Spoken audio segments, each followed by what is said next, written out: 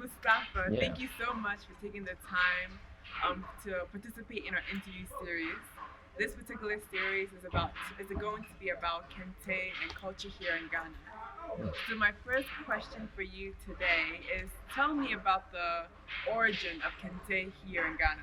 Okay, thank you very much, and for this opportunity for us to enlighten each other on a very important topic that has to do with Kente. Yes, Kente has two stories.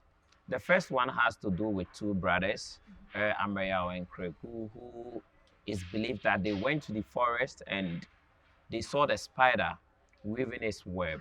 So they took time for days to study the technique that the spider was using, and then brought it home, and then with their own technique they were able to create something that brought weaving within their area, and that weaving generated into the present Kente that we have.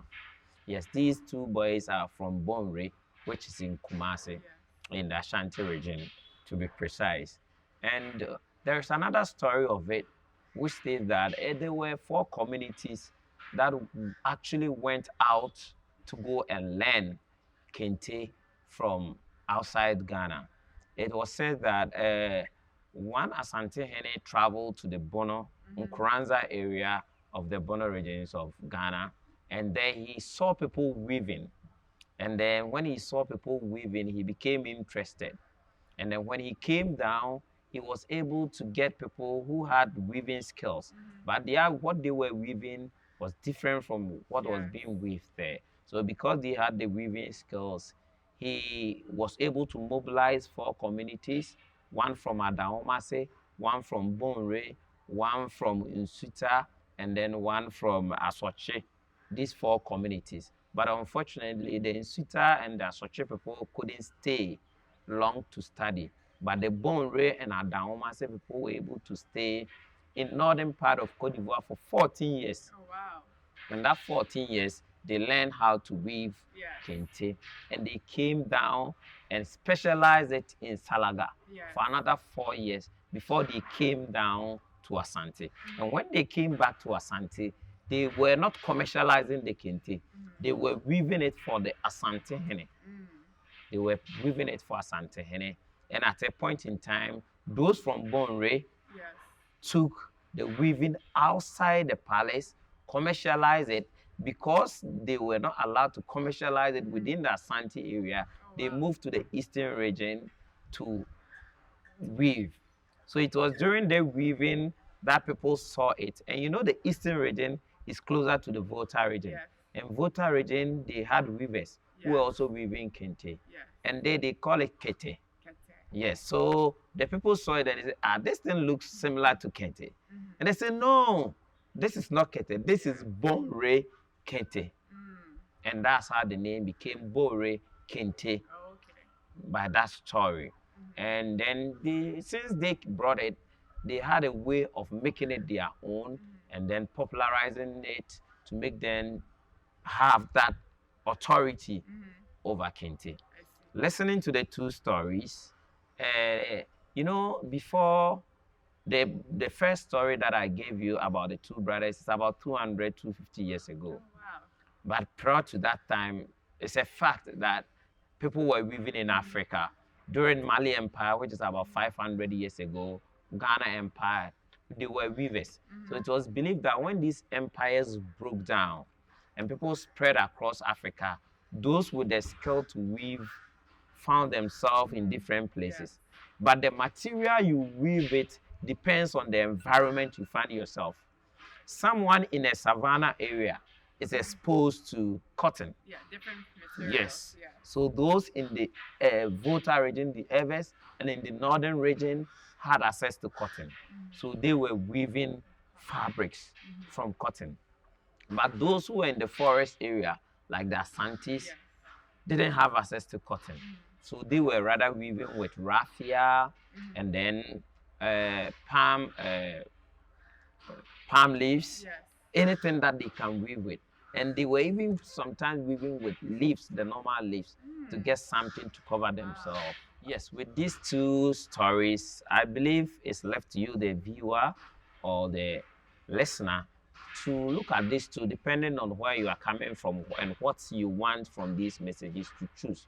But each of them has something valuable when it comes to the history of Kente. I see. Yeah.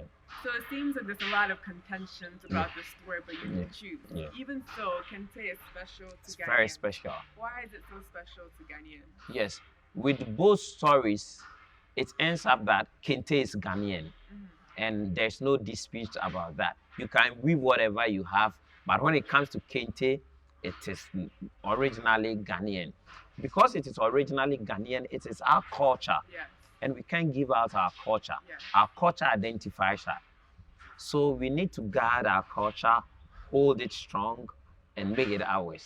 So it makes Kente very, very, it's one of the treasures of Ghana that we can't give it away. When we go for programs, we adore with it and we are associated with it. I see. So with that said, can you tell me one unique fact about Kente that most people don't know about? One unique fact. One unique fact about Kente is even the process of weaving. Yes. Women don't weave Kente in Asante. I noticed. Yeah, women don't weave Kente in Asante. It's uniquely for the men. When you come to the African art, we have some arts that are reserved for men, some arts that are reserved for women. And Kente is one thing that is reserved for men. And Kente is unique in the sense that Kente has its unique name. Each Kente piece has a name, and that name is customized. If you are in UK, you can't create Kente and give it a name. You can only copy what we have. Yes. And that is one thing about Kente. You can't create it. You can only copy. But the original is from Ghana. I see. Yeah. So with that said, is there a unique meaning to Kente for you? Does it mean something special to you? Yes. Kente in general have philosophical thoughts. Yes. Their names have meanings. You don't just wear any Kente at any function. Depending on who you are, your class in the society will tell you what Kente you should wear. Yes. The occasion you attended will tell you what Kente you wear. So it tells you that Kente is just not an ordinary cloth that you can use for anything. You can't use Kente for napkin. Yes. You can't use Kente for a mop.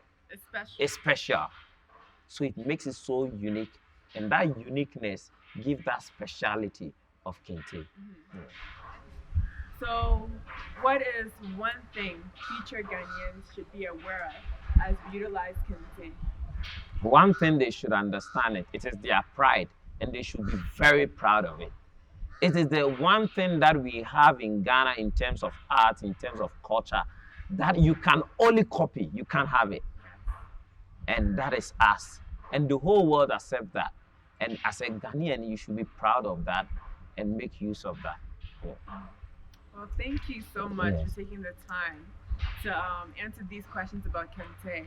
I think it's very important that us Ghanaians and those outside Ghana are able to understand the value of Kente as we utilize it, as we make it, and as we share our culture with everyone. So thank you. Thank you so much. I'm also grateful that a forum like this is a learning process for the viewer and we as well. And I believe whatever we are saying, they are learning from it. I'm learning something from you, as you are also learning something. So we thank each and every one. And they should always know that Kente is our identity, and they should hold it strongly. Yeah. Thank you.